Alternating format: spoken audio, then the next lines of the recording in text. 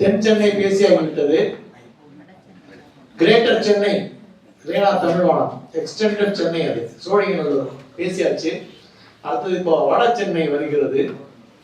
காதல், கிரைம், அப்படியே உட்காரு, சமூக பிரஜை, திருநங்கைகள், ரயில் தண்டவாளத்தில் பணியாற்றுபவர்கள் என்று எல்லாவற்றையும் பேனாவில் வடிக்கும் மின் கைத்தடி சாதனை பெண்மணி, ஜவுளி தொழிலதிபர், நூற்பாடை நிபுணரின் நூல் வெளியீட்டு விழாவில் ஜவுளி பெண் வரத்தானே வேண்டும். கலைமகள் கீவாஜா பரிசு, 0 டிகிரி இலக்கிய விருது, ராணியில் தொடர், தினமலர் பட்டத்தில் சிறார் கதைகள், குமுதத்தில் காதல் கதைகள். புரியல இவங்களை பத்தி, அவளை புரிய வைப்பாங்க. லட்சியங்களை லட்சங்களாக்கும் எழுத்தாளர், தொழிலதிபர் உதயராம், அவரை பத்தி ஒரு கட்டுரை எழுதியிருந்தாங்க. லதா சரவணன் வருகிறார் தன்னுடைய அந்த 11 to 15 வரை பேசுவதற்காக. இனிய மாலை வணக்கம். விழா முடியும்னு பத்திரிகையில போட்டிருக்கிற நேரத்துல என்னை இறக்கி விட்டுருக்காங்க. இல்ல, ஒரே ஒரு சின்ன திருத்தம், 7:30 மணி வரைக்கும் விழா போகும்னு போட்டுருக்காரு. ஆக்சுவலா நம்ம இப்போ பெரம்பூர் வந்துட்டோம். பேசிக் பிரிட்ஜ்ல அநேகமா நின்னாலும் நிற்போம். இன்னொரு விஷயத்தையும் சொல்லிடுறேன் மேடம், ஒரே ஒரு செகண்ட். உலக சிந்தனையோட செயலாளர், நான் கொஞ்ச நாள் இணைச் செயலாளராக இருந்திருக்கேன். நாங்கள் என்ன பண்ணுவோம்னா, நூல் வெளியிடுறோம்னா ஏரோஸ்டஸ் மாதிரி ட்ரேல வச்சு புத்தகத்தை கொண்டு போய் கொடுத்துருவோம். வாங்கி ஆகணுன்ற மாதிரி சில பேர் வாங்கிடுவாங்க. ஸோ இங்கே நவீன வெளியில தான் வச்சிருக்காரு. 120 ரூபா நூல் 100 ரூபாய் கிடைக்கும்ன்றாரு. ஆனால் நீங்கள் அவசியம் வாங்கி கொண்டு செல்ல வேண்டும் என்கிற கோரிக்கையை வைத்து விட்டு லதா சரவணனை தொடர சொல்கிறேன். நன்றி.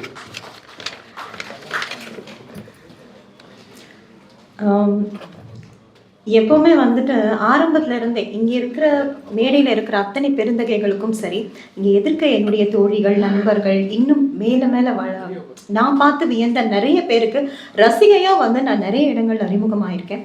ஆனால் இந்த இடத்துல அவங்க கூட ஒரு மேடையில் உட்கார்ற ஒரு வாய்ப்பு கொடுத்ததுக்கு ரவிநவீனன் சாருக்கு நான் நன்றியை தெரிவிச்சுக்கிறேன்.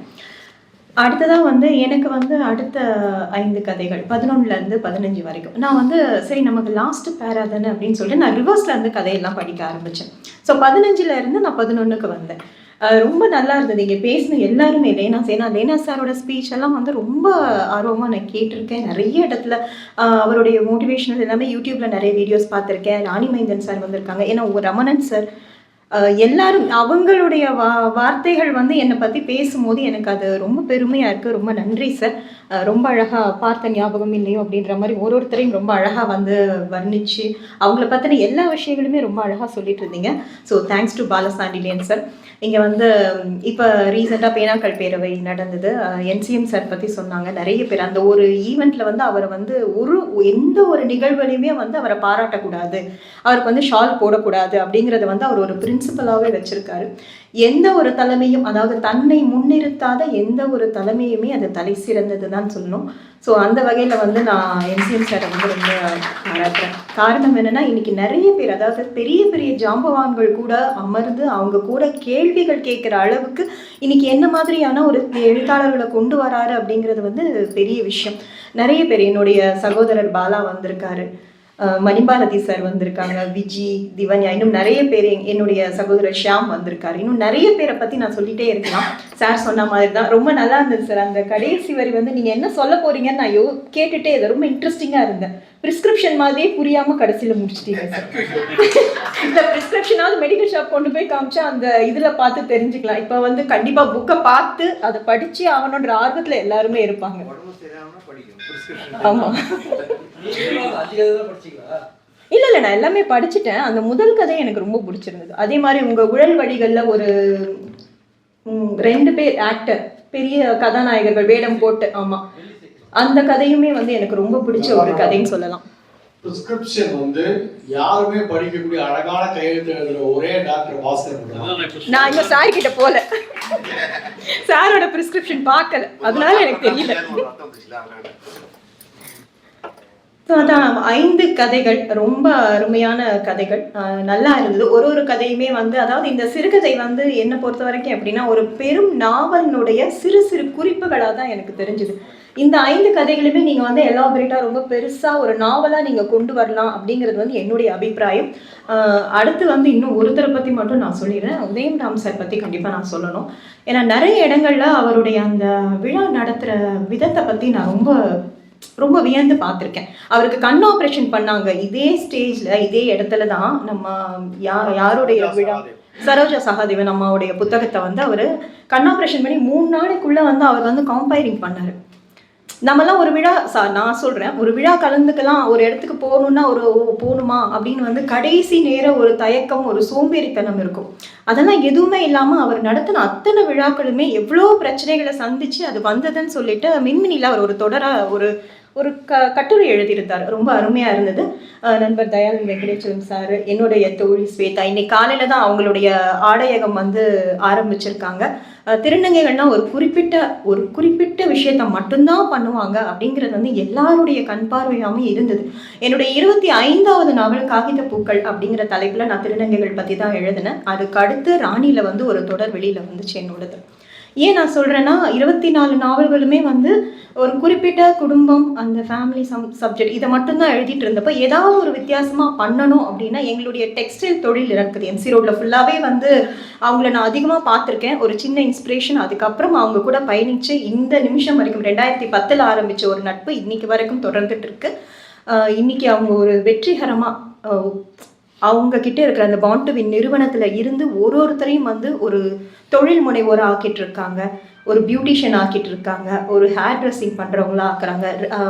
எப்படி சொல்றேன்னா டிரைவிங் லைசன்ஸ் எடுத்து கொடுத்து காருக்கு லோன் ஏற்பாடு பண்ணி அவங்கள ஒரு டிரைவர்ஸா கொண்டு வந்துட்டு இருக்காங்க. இன்னைக்கு ஒரு துணிக்கடை அதிபதியா ஒரு 4 பேரை உருவாக்கியிருக்காங்க. அப்படிங்கிறப்போ எனக்கு அவங்கள தோழின்னு சொல்லிக்கிறது ரொம்ப பெருமையா இருக்கு. ஐயா ஜெயராஜ் சார் வந்திருக்காங்க. ஸோ இன்னும் நிறைய பேர் எல்லாருமே வந்து என்னை விட சீனியருங்க. நான் ரொம்ப குட்டி பொண்ணு. அதனாலே வந்து என்ன ஆயிடுச்சுன்னா ரொம்ப தொண்டை தாகம் எடுத்து நான் 2 பாட்டில் தண்ணி காலி பண்ணியிருக்கேன். பயமா இருக்கு பேசுறதுக்கு இங்க வந்து. ஏன்னா எப்போ பாரு என்னன்னா எல்லா சீனியர்ஸாக இருக்காங்களே, நம்ம என்ன பேசுவோம், ஏதாவது வார்த்தைகள் ஏதாவது விட்டுருவோமோன்ற ஒரு பயம் வந்து ஒரு அடிப்படையாக ஒரு மாணவியுடைய பயமாகவே எனக்கு வந்து இருந்துட்டு இருக்கு. நான் ரொம்ப நேரம் எடுத்துக்கல. நான் படித்த அந்த 5 கதைகளில் வந்துட்டு எனக்கு ரொம்ப பிடிச்ச கதை அப்படின்னா வந்துட்டு கசாப்பு கெடை, அப்புறம் இஎம்ஐ கட்டணம். இந்த 5 கதைகளுமே வந்து ஏதாவது ஒரு சோஷியலான ஒரு விஷயங்கள், ஒரு சமுதாயம் சார்ந்த ஒரு விஷயங்களை தான் அவர் வந்து கொடுத்துருக்காரு. இந்த இஎம்ஐ கட்டணம் அப்படிங்கிறது வந்து இன்னைக்கு நிறைய நம்ம பத்திரிகைகளில் பார்க்குறோம். குழந்தைகளுக்கு நடக்கிற பிரச்சனைகளை வந்து எப்படி அவங்க வந்து வெளியில சொல்றாங்க, ஸ்கூல் ஸ்டூடெண்ட்ஸ்க்கு இந்த மாதிரியான ஒரு பாதிப்பு ஏற்பட்டுச்சு. இதுதான் கதை களமாக வச்சிருக்காரு. அந்த 4 வயசு படிக்கிற 4 வயசு குழந்தைங்க, அந்த 4 வயசு குழந்தைங்க வந்து வீட்டில் வந்து சில மாதிரியான சேஷ்டைகள், அவங்களுடைய முக பாவனைகள்லாம் நடக்குதுன்னு சொல்லிட்டு ஒரு மேடம் கிட்ட வந்து அந்த ஸ்கூல்ல இருக்கிற கவுன்சிலிங் மேம் கிட்ட வந்து இவங்க பேசுறாங்க. ஒன்றும் இல்லை அப்படின்ட்டு நார்மலாகவே ஒரு குற்றம் அப்படின்னு ஒரு பெரிய பள்ளியை நோக்கி ஒரு குற்றம்னு வரும்போது அது எப்படி தகர்க்கலாம், அது இல்லை, இது ஒன்றுமே இல்லை, இது சின்ன விஷயம் அப்படின்னு சொல்லி நிறைய இடங்கள்ல வந்து அந்த ஸ்டெப் பை ஸ்டெப்பாக வந்து அந்த புகார்கள் வந்து தள்ளி போடப்பட்டுக்கிட்டே வருது. கடைசியாக அந்த புகாருக்கு உண்டான யாரு, அது என்ன காரணம், யாருனால அந்த குழந்தைகள் அந்த மாதிரி நடந்துக்கிறாங்கிறத கண்டுபிடிச்சு இவங்க போய் அந்த பிரின்சிபல் மேம் போய் அவங்க கிட்ட சொல்றாங்க. அது ரொம்ப அழகா இருந்துச்சு. அதாவது நடைமுறையில என்ன நடக்க போகுது, என் கண்ணுக்கு முன்னாடி ஒரு குற்றம் நடக்குது, ஆனா அந்த குற்றத்துக்கு நான் என்ன பண்ண போறேன், ஃபேஸ்புக்கில் ஒரே ஒரு நோட்டிஃபிகேஷன் தான், நான் ஒரு போஸ்ட் எழுதி போட போகிறேன், இல்லைனா யாரும் என் ஃப்ரெண்ட்ஸ் கிட்ட வந்து ஐயோ இப்படி நடந்துருச்சு அப்படின்னு நான் ஆதகமாக பேச போகிறேன். மிஞ்சி போனால் ஒரு 2 நாள் அதையே என் மனசில் போட்டு உழப்பிக்கிட்டு இருக்க போகிறேன். இது மட்டும்தான் என்னால் செய்ய முடியும். ஆனால் எழுத்தாளர்கள் வந்து அந்த மாதிரி இல்லை. நம்மளுடைய பேனா வந்து எதையும் சாதிக்குங்கிற ஒரு முடிவை வந்து அவர் அந்த கதையில் கொடுத்துருக்காரு. இருந்தாலுமே அந்த பிரின்சிபல் வந்து அவங்க மனசு ரொம்ப ரொம்ப கவலைப்படுறாங்க. நாளைக்கு இந்த மாதம் இஎம்ஐ கட்டவா, இல்லை நான் நேர்மை இந்த தவறை தட்டி கேட்கவா, இந்த கொஸ்டின் மார்க்கோட அந்த கதையை முடிச்சிருந்தாரு. இன்னைக்கு ஒருத்தர் மனசுலையுமே வந்து எனக்கு பிரச்சனை வேண்டாம், நான் தள்ளி போய்க்கிறேன், பக்கத்து வீடு எரியிற வரைக்கும் போதும், என் வீட்டில் அந்த நெருப்பு படாமல் இருந்தால் போதும் அப்படிங்கிற மாதிரியான மனநிலைமையோட தான் இருக்காங்க. வேற வழியே இல்லாமல் அந்த குற்றங்களை வந்து மாத்திர மாதிரி மென்று மூழ்கி தண்ணி குடிச்சு உள்ள அமுக்கிக்கிறாங்கிறது வந்து அந்த கதை ரொம்ப அழகாக சொல்லியிருந்தது. இது மாதிரி ஒரு கதையுமே, இந்த குமரன் கதையில கூட அந்த 2K கிட்ஸ்க்கு ஒரு வார்த்தை சொல்லியிருக்காரு அவர், ஸ்வைப் ஜெனரேஷன். அது ரொம்ப நல்லா இருந்துச்சு. ஏன்னா இன்னைக்கு ஃபுல்லாகவே நம்மளுடைய வாழ்க்கை எல்லாருமே 2K கிட்ஸ்ன்னு இல்லை, நம்மளே வந்து ஸ்க்ரீனில் தான் இருக்கும். எல்லாத்தையுமே நம்ம வந்து ஸ்க்ரீனில் தான் பார்த்துட்ருக்கோம்.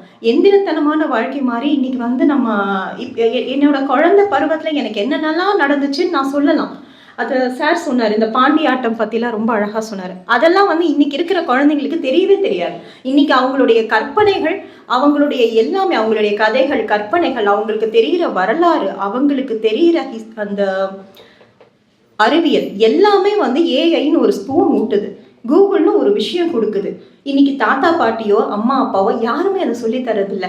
இந்த குழந்தையோட இந்த கதையிலையும் குமரன்ற கதையிலையுமே வந்து அந்த மாதிரியான ஒரு உளவியல் ரீதியான ஒரு பிரச்சனையை ரொம்ப அழகா சொல்லியிருக்காரு.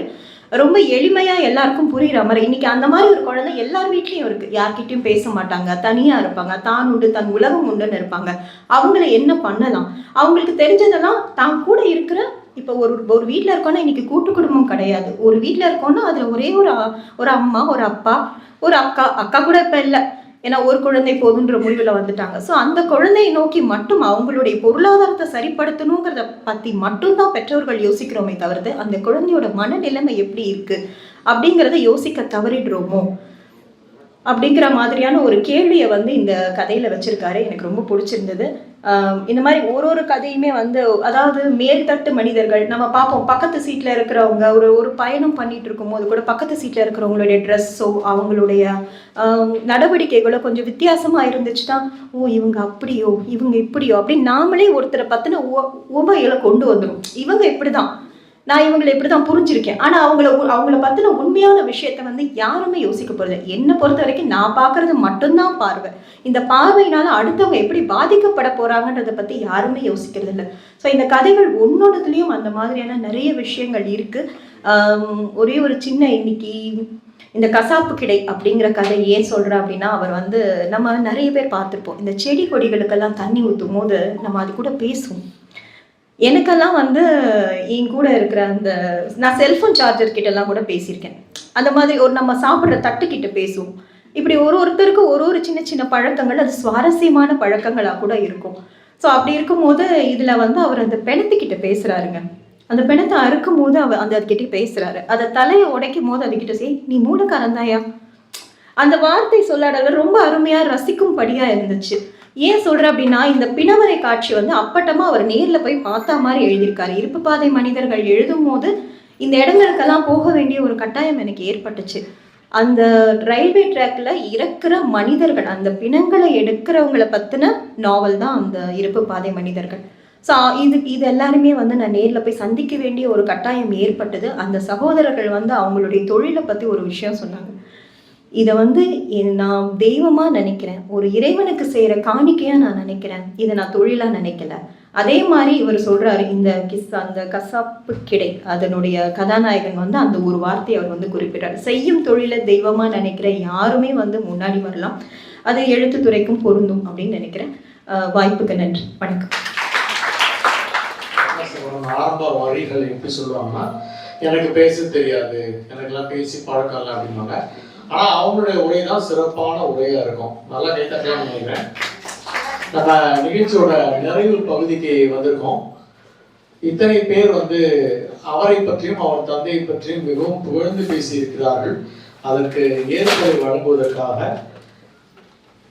இன்றைய சிகப்பு ரோஜாக்கள் தொப்பி அணிந்த ஹீரோ நவீனன் அவர்கள் ஏற்புரை வழங்க இங்கே வருகிறார்கள். அனைவருக்கும் வணக்கம், அனைவருக்கும் நன்றி. வணக்கத்தையும் நன்றியும் சேர்த்து சொல்லிடுறேன். தனியாக நன்றி சொல்லி ஒவ்வொருத்தையும் பாராட்டணும். அதனால் தனியாக ஒருத்தர் இருக்கார், அவர் வந்து என் சார்பில் என் குரலாக நன்றியை சொல்வார். பேசுறதுங்கிறது ரொம்ப கஷ்டமான விஷயமா தான். வீட்டில் ஈஸியாக பேசிட முடியுது, மேடைக்கு வந்தால் முடியும். எழுதுறது கூட ஈஸியாக இருக்குது, பேசுகிறதுக்கு பேப்பர் வேண்டியிருக்குது. இப்போ கூட பெரிய பெருமைக்காக சொல்லலை, ஒரு 5 நிமிடம் கொடுத்தா இப்போ நடந்த நிகழ்ச்சி வச்சு கூட ஏதாவது ஒரு கதையை எழுதிட முடியும். இந்த பேசுகிறதுங்கிறது கஷ்டமான விஷயந்தான். அதுவும் இல்லாமல் இந்த மாதிரி பெரிய பெரிய ஜாம்பவான்கள் முன்னாலேயும் அங்கே இருக்கிற பெரிய பெரிய ஜாம்பவான்கள் முன்னால் பேசுகிறதுங்கிறது ரொம்ப கஷ்டமாக இருக்குது. அதனால் சிறுபிள்ளைத்தனமாக நான் பேசக்கூடிய சூழ்நிலை நிறையா இருக்கும். அதை எல்லோரும் பொறுத்துக்கணும். முதல்ல இந்த தலைப்பு, நான் முதல்ல விலாசமே இல்லாத ஒரு ஆளாக தான் எழுதினேன். அப்போ என்னை எப்படி பிரபல்யப்படுத்திக்கிறதுன்னு யோசிச்சுட்டு, சரி மனைவி பேரை போட்டுப்போம் அப்படின்னு சொல்லி, எப்போவுமே நம்ம கூட இருக்கிற மனைவி தான் நம்மளை நல்லபடியாக பார்த்துக்கிறாங்கனால அவங்க பேரை வச்சு ரவிகீதான்ற பேரில் பிரதிலிபின்ற தளத்தில் எழுதிட்டு இருந்தேன். அது எழுதிட்டே இருக்கிறோம். அது ஒரு டிஜிட்டல் லைப்ரரி மாதிரி, அது எப்போ வேணால் அது எடுத்துக்கலாம். அதுலேருந்து சட்டுன்னு திரும்பி பார்த்தா 700 கதைக்கு மேலே கதைகள், கட்டுரைகள், கவிதைகள் அது பாட்டு அதில் நிறைய இருந்துச்சு. எனக்கு தொடர் வாசிகையாக அபிதான்னு ஒரு மேடம் இருந்தாங்க. அவங்க தான் சொன்னாங்க, கதைகள்லாம் நல்ல தளமாக இருக்குது, சிறப்பாக இருக்குது, நீங்கள் எழுதுங்கன்னாங்க. எழுதும்போது புத்தகமாக வெளியிடணும், அந்த அளவுக்கு இருக்குது, நீங்கள் புத்தகமாக வெளியிடுங்கன்னு சொல்லும்போது தலைப்பு எப்படி வைக்கிறது அப்படின்னு யோசித்த போது என்னை எந்தெந்த தலைப்புகள்லாம் கவர்ந்தது அப்படின்னு யோசிச்சுட்டு, சரி நமக்கு கவரக்கூடிய தலைப்புகளை கொடுத்த ஆசான்கள் யாருன்னு பார்த்துட்டு கொஞ்சம் வித்தியாசமான தலைப்புகள் கொடுக்கணும்னு நினச்சேன். முதல்ல வந்த உழல் வலிகள், அதை பற்றி நிறையா சொல்லிட்டாங்க. உழண்டு கொண்டே இருக்கக்கூடிய வழியை தான் உழல் வலிகள்னு சொல்லியிருக்கிறேன். ஜெயராமன் சார் சொன்ன மாதிரி கதைக்குள்ளே அந்த டைட்டில் எதுவும் இல்லை. ஏன்னா ஆமாம், பாஸ்கரன் ஜெயராமன் எல்லா இடத்துலையும் அவங்க அப்பா பேர் தான் சொல்லிட்டு இருக்கிறேன் நான். அதாவது அந்த கதையில் இருக்கிற எல்லாமே உழலக்கூடிய வழியை தரக்கூடிய கதைகள் தான். அதனால தான் புது டைட்டில் வச்சேன். ரெண்டாவது, இந்த 2வது புத்தகத்தான தலைப்பு, முதல்ல நற்றிணையில் தான் அந்த வார்த்தையை பார்த்தேன். அப்புறம் அதை பிரயோகிக்கிறதுக்கும் அதை எப்படி சொல்லணுன்ற எல்லாருமே கேட்டாங்க, இது எப்படி ப்ரொனவுன்ஸ் பண்ணுறது அப்படின்னு. தமிழ் தமிழ் தமிழ்னு சொல்லி தமிழை வளர்த்துக்கிட்டு இருக்கிற சமுதாயத்தில் இப்போ நம்ம இருக்கிறோம். தமிழை நல்லா வளர்த்துட்டோங்கிறாங்க. தமிழ் வளர்க்குறதுக்கு பெரிய பெரிய, இப்போ தான் சமீபத்தில் ஊவேசா அவர்களுடைய பிறந்தநாள் கூட கடந்தது. அவரை விட்டுட்டு மற்றவங்களெல்லாம் தமிழ் ஆசாரங்கள்லாம் சொல்லிகிட்டு இருக்கிறாங்க. என் நண்பர் ஒருத்தர் சொன்னார், இப்போவும் தமிழ் பேச்சு மொழியாக தான் இருக்குது, எழுத்து மொழியில் இல்லை, நிறைய பேருக்கு தமிழ் படிக்க தெரியாது தமிழ்நாட்டில் அப்படின்னு சொல்கிறாங்க. அது மாதிரி இந்த கதையோட தலைப்பு ஞர், ஞான்ற வார்த்தை தான். அது சேர்த்து ஆவும் ஞாவும் சேர்ந்து எந்த ஒரு வார்த்தைகளுமே இல்லாமலே இருக்குது. அதனால் எல்லாராலையும் ஈஸியாக அதை ப்ரொனவுன்ஸ் பண்ண முடியல. ஞர் அப்படின்ற ஒரு தலைப்பு. அது பல பொருள்கள் கொடுக்குது. அது ஒரு இடத்துல தமிழ் அகராதி சொல்லுது, மிகச்சிறந்த அறிஞனுக்கு ஆப்போசிட்டான ஒரு வார்த்தை அது அப்படின்னு கூட ஒரு இடத்துல வந்திருக்காரு. சரியாக புரியப்படலை, தமிழும் சரியாக புரியல, அதனால் அது அதுக்குள்ளே போல. துன்பங்களும் அஞ்ஞானியா, ஆமாம், அந்த வார்த்தையை ஒட்டி இருக்குது அஞ்சர் அப்படின்னு சொன்னாங்க. இது துயரமும் துன்பமும் இருக்குதுன்ற மாதிரி நற்றிணையிலையும் திருக்குறளையும் பார்த்ததும் இந்த கதையில் எல்லாமே துயரங்கள் இருக்குன்றதுனால அந்த தலைப்பை வைத்தேன். இந்த பதிப்பகத்திலேருந்து பேசும்போது என்கிட்ட, சார் உங்கள் ஐயர் புக்கு ரெடி ஆயிடுச்சு, உங்கள் ஐயர் புக்கு அப்படின்னு ஐயர் அப்படின்னு தான் ஒரு அடைமொழியோடு இந்த புத்தகம் பேசப்பட்டது. டைட்டில் அப்படின்னு வரும்போது என்னை முதல்ல கவர்ந்த டைட்டில் சமுத்திரம் அவர்கள் எழுதினது வாடாமல்லி தான். அதனால் அந்த வாடாமலர் அந்த தலைப்பும், தீஜா அவர்கள் மரப்பசுன்னு தலைப்பு கொடுத்து கதை போட்டார். இதெல்லாம் ஒரு வித்தியாசமான தலைப்புகளாக இருந்தது. இதெல்லாம் விட பழைய எழுத்தாளர்களுக்கு, பழைய வாசகர்களுக்கு தெரியும், குமுதத்தில் தூக்குமர நிழலில் அப்படின்ற ஒரு புத்தகம் கதை வந்தது. C.A. பாலன் அவர்களுடைய வரலாறு அது வரும்.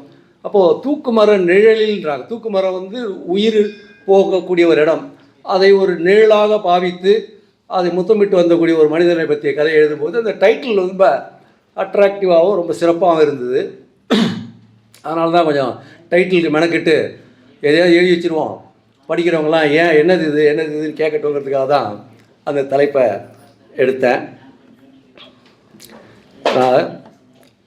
என்னுடைய நண்பர்கள் நிறைய சொல்கிறாங்க, கதையை எழுதும்போது அது ஒரு ஆழமான படைப்புக்கான மொழிகள் அதில் இருக்குங்கிறாங்க. சில கதைகள் உள்நோக்கி சிந்திக்கக்கூடிய வகையில் போகுதுன்னு சொல்கிறாங்க.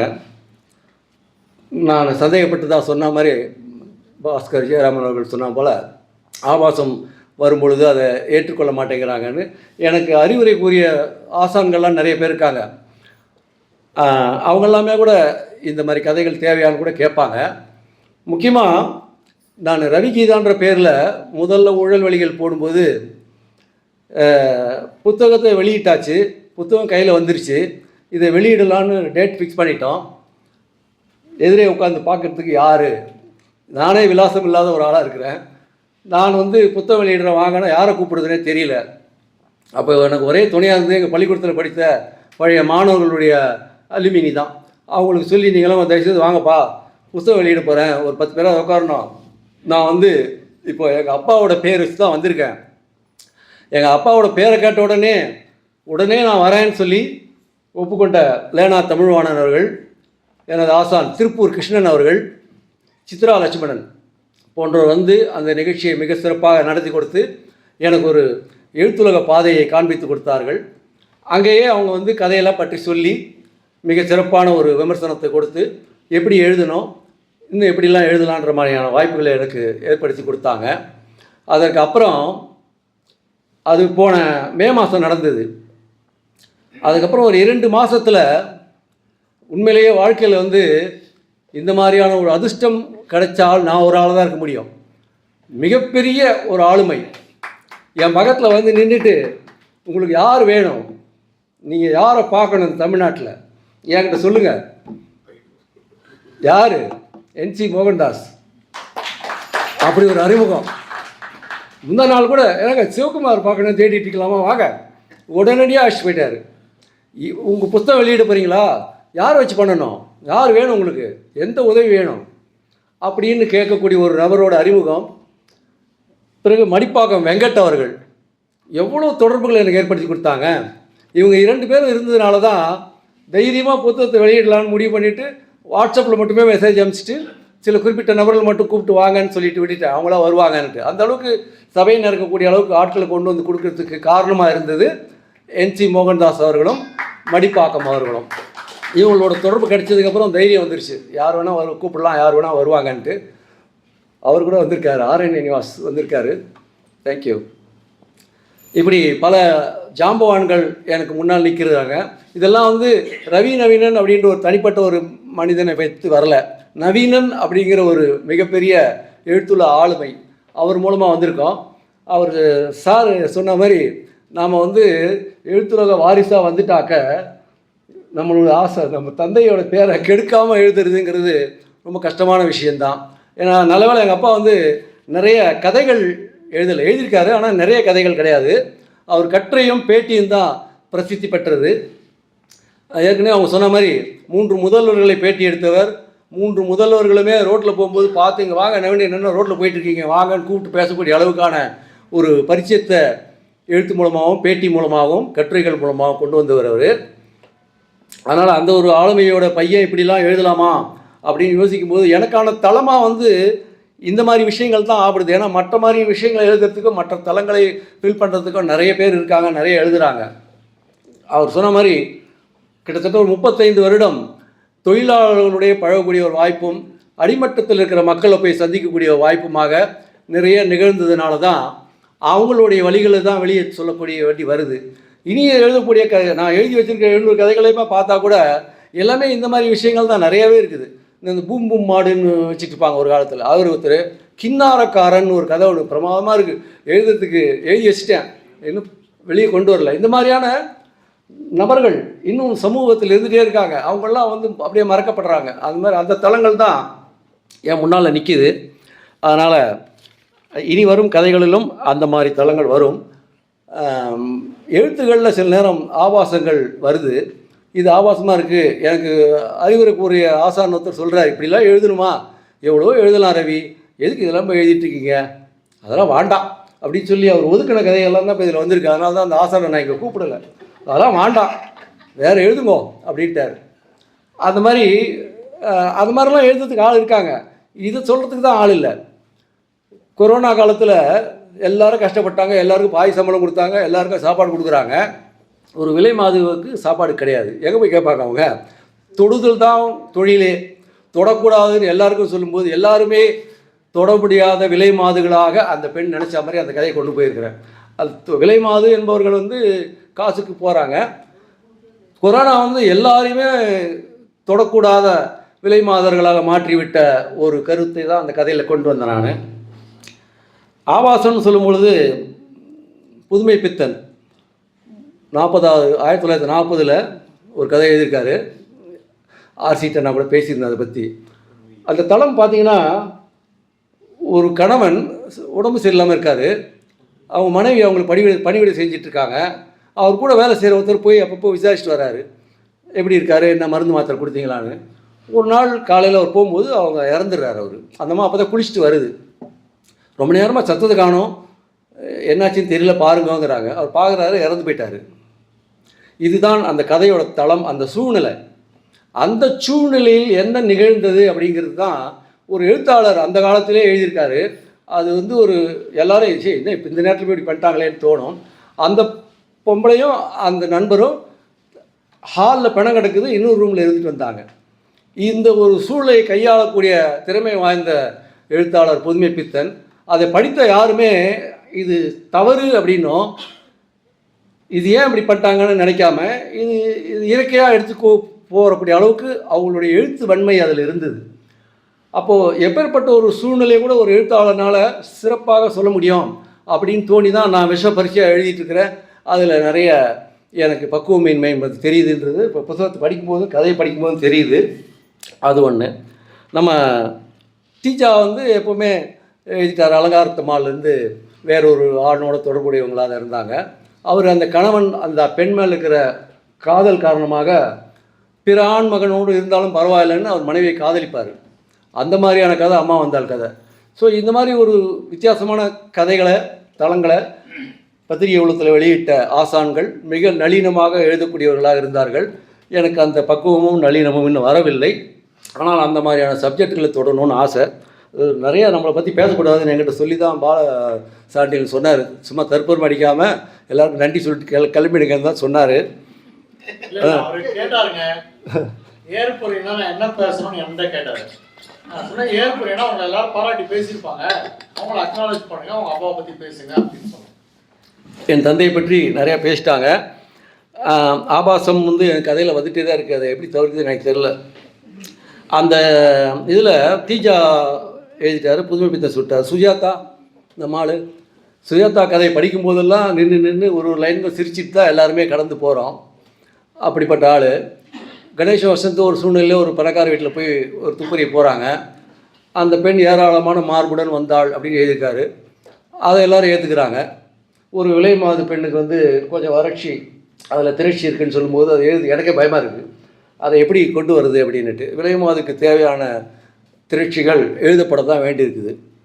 அதை எழுதும்போது கொஞ்சம் கஷ்டமாக இருக்குது. இவங்களாம் எப்படி ஈஸியாக எழுதுனாங்க அப்படின்னு தோணுது.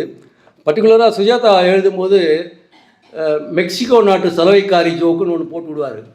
அதை வச்சுட்டு ஒரு 20 வருஷம் ஓட்டிட்டார் அவர். அந்த கதையை சொல்லவே இல்லை அது என்னன்னு. அந்த மெக்சிகோ நாட்டு சலவைக்காரியோட கதை மட்டும் தெரிஞ்சிருந்தால் சுஜாதாவோட பிம்பமே வேறு மாதிரி போயிருக்கிறதுக்கு வாய்ப்பு கூட உண்டு.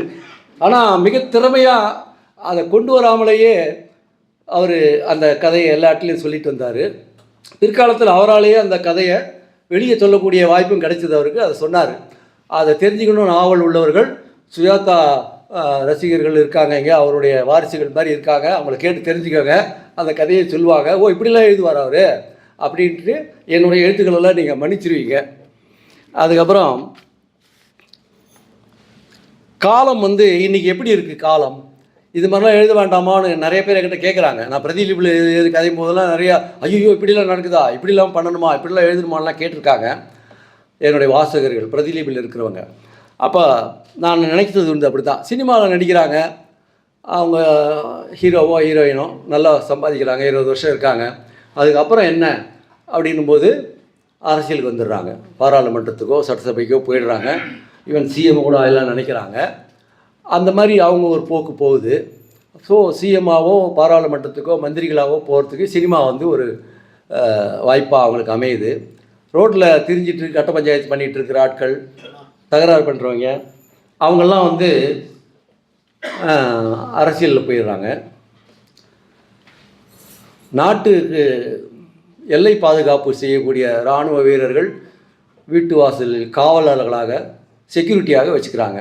இப்படி முரண்பட்ட தளத்தில் பயணிக்கிற நம்ம சமூகத்தில் சில முரண்பட்ட விஷயங்களை தான் எடுத்து அதிகமாக சொல்ல வேண்டியிருக்கு. அதனால தான் நான் தைரியமாக அதில் போயிட்டுருக்கிறேன்.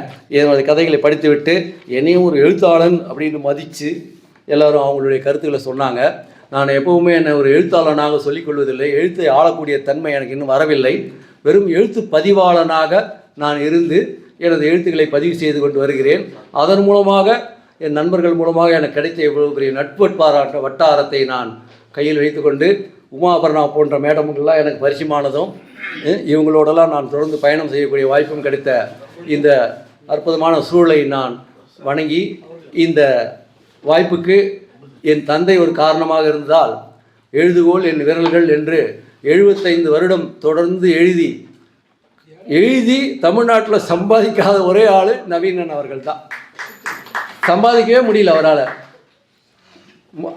லேனா ஏதோ கடைசியாக முடிச்சுக்கிறேன். லேனா என்கிட்ட சொன்னார், சார் எப்படி இந்த செகண்ட் புத்தகத்துக்கு கரெக்டாக சாவியோட மகளை கூப்பிட்டீங்க, முதல் புத்தகம் வெளியிடும்போது என்னை வர சொன்னீங்க, தமிழ்வாணனுக்கும் உங்கள் அப்பாவுக்கும் ஒரு உறவு முறையும் நட்பும் இருந்தது, அதே மாதிரி பிற்காலத்தில் சாவியோடு எங்கள் அப்பா பயணம் செஞ்சது கிட்டத்தட்ட ஒரு 25 வருஷம். முதல்ல தமிழ்வாணனோட 25 வருடம், அதுக்கப்புறம் 25 வருடம் சாவியோடய இருந்திருக்கிறாரு. அதனால் அவங்கள கூப்பிட்டேன். இதெல்லாம் கிராட்டிடியூட்ஸ் தான். எங்கள் அப்பாவுக்கு அவங்கெல்லாம் உதவி செய்திருக்காங்க, அவங்களுக்கு எங்கள் அப்பா உதவி நிறையா செஞ்சுருக்காரு. அதுதான் அவங்க கூட சொன்னாங்க. எழுத்தில் எழுத்துலகத்தில் பத்திரிக்கைக்கு உள்ளே இருந்து எழுதுகிறவங்க நிறைய பேர் இருக்காங்க. அந்த மாதிரி உள்ளுக்குள்ளே இருந்து எங்கள் அப்பா நிறைய பண்ணியிருக்காரு அவங்களுக்குலாம். அவங்களும் எங்கள் அப்பாவுக்கு நிறையா பண்ணியிருக்கிறாங்க. அந்த கிராட்டிடியூட்ஸ்க்காக தான் அவங்க 2 பேரும் கூப்பிட்டேன். அதனால் எங்கள் அழைப்பு ஏற்று எல்லாம் எல்லாருக்கும் என்னுடைய நன்றியை தெரிவித்து கொண்டு, எனது எழுத்தை பொறுத்த கொண்டு புத்தகம் வாங்க விருப்பம் இருந்தால் புத்தகம் வெளியே வைக்கப்பட்டிருக்கிறது. நான் வர்த்தகத்துக்காக புத்தகம் எழுதவில்லை. என் புத்தகத்தை விற்று காசு வேண்டும் அப்படின்ற எண்ணத்தில் நான் புத்தகம் எழுதுவதே கிடையாது. அதனால் என்னுடைய நண்பர்கள் தேவைப்பட்டால் வாங்கி கொள்ளலாம். இது பிற வேலைகளுக்கு உதவியாக இருக்கும். நன்றி. அன்பர் ஒருவர் ரவி நவீனன் அவர்களுக்கு, அதாவது ரவியுடைய சம்பந்தி அவர்கள், அவருக்கு பொன்னாடை போதி கௌரவிக்கின்றார்கள். ராதாகிருஷ்ணன் அவர்கள் இப்பொழுது நன்றி உரை நவில்வதற்காக வருகின்றார். நிச்சயமாக சீக்கிரமா முடிச்சிருவார். கடைசி வாய்ப்பு வழங்கப்பட்டிருக்கிறது. டிஎன்ஆருக்கு இப்பொழுது பயனாடை அணிவிக்கப்படுகிறது.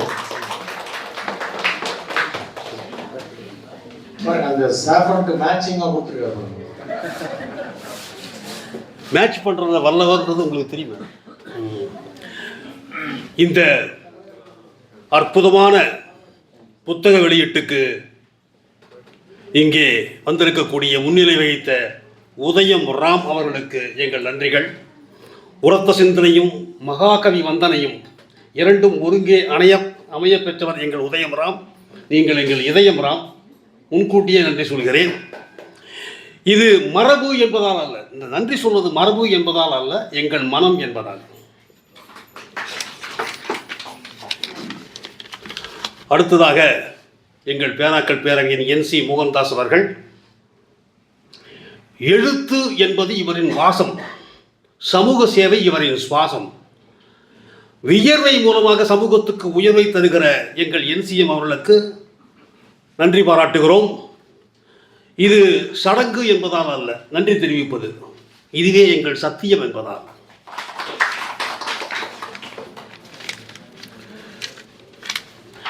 இவர் செய்யும் உதவிகள் ஏராளம், இவரின் கொடைகள் தாராளம், பெயரோ தயாளம். தயாளன் வெங்கடாச்சலம் அவர்களுக்கு எங்கள் மனமார்ந்த நன்றிகள். இது சம்பிரதாயம் என்பதால் அல்ல, எங்கள் சகோதர நேயம் என்பதால். உமா பிரசாத் அவர்கள் சென்று விட்டார்கள். சாவி குடும்பத்து சன்னிதானத்தில் எழுந்தருளிய தேவி மகாலட்சுமி அவர்களுக்கு எங்கள் நன்றிகள். யாராவது தெரிவித்து விடுங்கள். அக்கிரம் நிறைந்த உலகில் எங்கள் அமுத சிறவியை திறந்து உதவிய விக்கிரமன் புலவர் கண்ணன் அவர்களுக்கு எங்கள் நன்றிகள். எங்களை இலக்கிய பீடத்தில் ஏற்றி வைத்த அவரை நாங்கள் இதய பீடத்தில் ஏற்றி வைத்து நன்றி பாராட்டுகிறோம். இது ஃபார்மாலிட்டி நன்றி அல்ல, பாச நன்றி.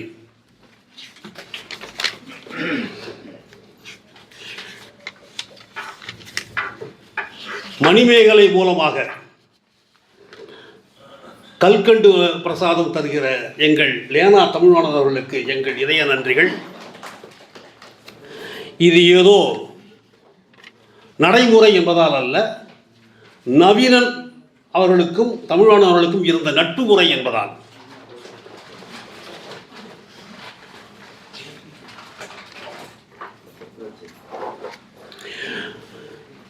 எங்கள் டாக்டர் வந்திருக்கிறார். அவருக்கு இரண்டு கண்கள் எக்ஸ்ட்ரா உண்டு. ஒன்று மருத்துவம், இன்னொன்று மனிதத்துவம். இந்த இரண்டு கண்களை எக்ஸ்ட்ராவாக கொண்ட டாக்டர் அவருக்கு எங்கள் நெஞ்சார்ந்த நன்றிகள்.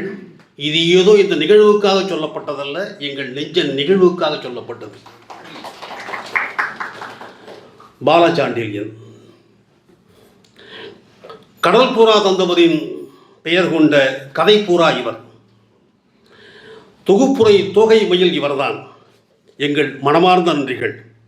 இது சாங்கியம் என்பதற்காக அல்ல, இவர் இதில் ஒரு சாம்பியன் என்பதால்.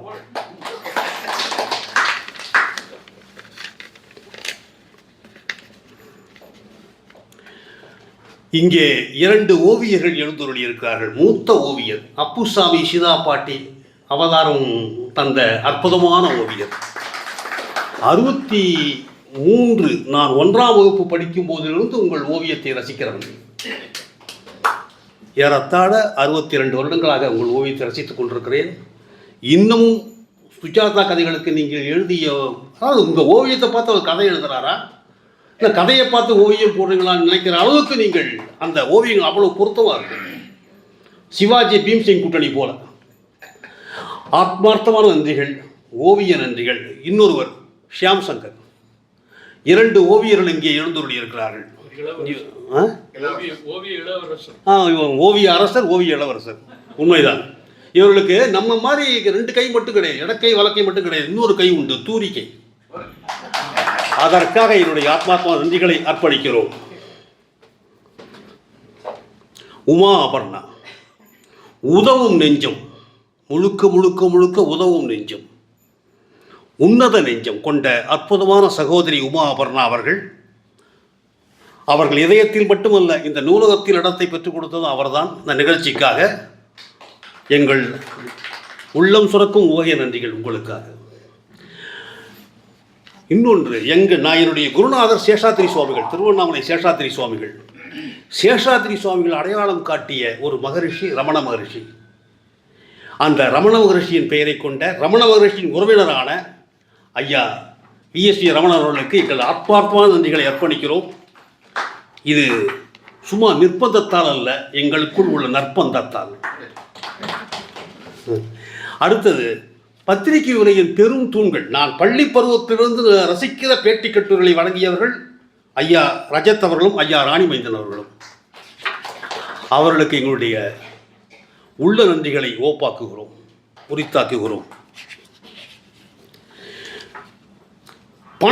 பணம் மட்டும்தான் இன்னைக்கு ஆக்சுவலாக என்ன சமூகத்தில் பார்க்குறோம்னு சொன்னால், எதுக்கு மரியாதைன்னு சொன்னால் பணத்துக்கு தான் மரியாதை. பணப்பிடிப்பு உள்ள சமுதாயம் இது. இங்கே படப்பிடிப்பு மூலம் தனக்கு மரியாதையை தேடிக்கொண்ட ஆர்ஜே நாகா அவர்களுக்கு என்னுடைய நன்றி.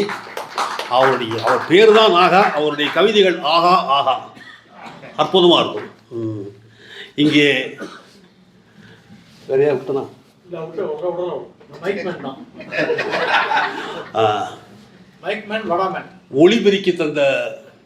ஒலிபெருக்கி உதவி தந்த அவர்களுக்கும், கேன்டீன் பலகாரம் செய்து தந்த கேன்டீன்காரர்களுக்கு என்னுடைய ஆத்மா நன்றிகள்.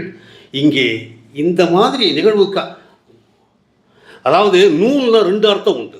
ஒன்று ஊசி மூலம் கோர்க்கப்படுகிற நூல், அது ஆடையின் கிழிசலை தைக்கும். இன்னொன்று உள்ளத்தில் நுழையும் நூல், அது ஆத்மாவின் கிழிசலை தைக்கும். இந்த 2லும் வல்லவர் லதா சரவணன். ஆடை விஷயத்திலும் சரி, இந்த மாதிரி புத்தாடை விஷயத்திலும் சரி, புத்தக விஷயத்திலும் சரி, 2லும் வல்லவர். அவருக்கு நன்றி பாராட்டுகிறோம். அடுத்தது சகோதரி ஸ்வேதா அவர்கள். இன்றைக்கு தான் அறிமுகம். மூன்றாம் பால் என்று சொன்னார்கள். இல்லை இல்லை, அதுதான் முதல் பால்.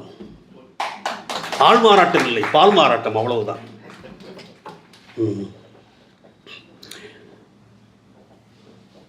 அவர்களுக்கு அரசாங்கம் இடஒதுக்கீடு தருகிறதா இல்லையா தெரியாது. நாங்கள் இதய ஒதுக்கீடு தந்து விட்டோம். அனைவருக்கும் நன்றிகள்.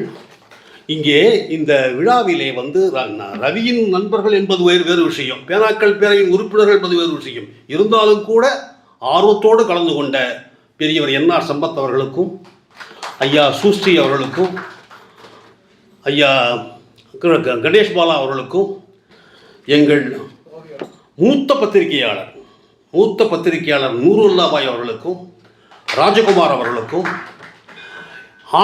ஆரண்ய நிவாஸ் என்கிற அற்புதமான பத்திரிகை, வளவள பத்திரிகை, வண்ண பத்திரிகையை ஒரு சபதம் போல ஏற்று நடத்திய ராமமூர்த்தி அவர்களுக்கும், தனுஜா ஜெயராமன் மேடம் அவர்களுக்கும் எங்களுடைய நன்றிகளை காணிக்கையாகும். ஆர்சி நடராஜன் அவர்களுக்கும், ராஜாஹாசன் அவர்களுக்கும், மலரணு ராம்கி அவர்களுக்கும், எல்லாம் விஐபி தான், வந்திருக்கிற பூரா விஐபி தான். எல்லோருக்கும் நன்றி. ஜெய்ஹிந்த். ராதாகிருஷ்ணனுக்கு நல்லா கை தட்டலாம்.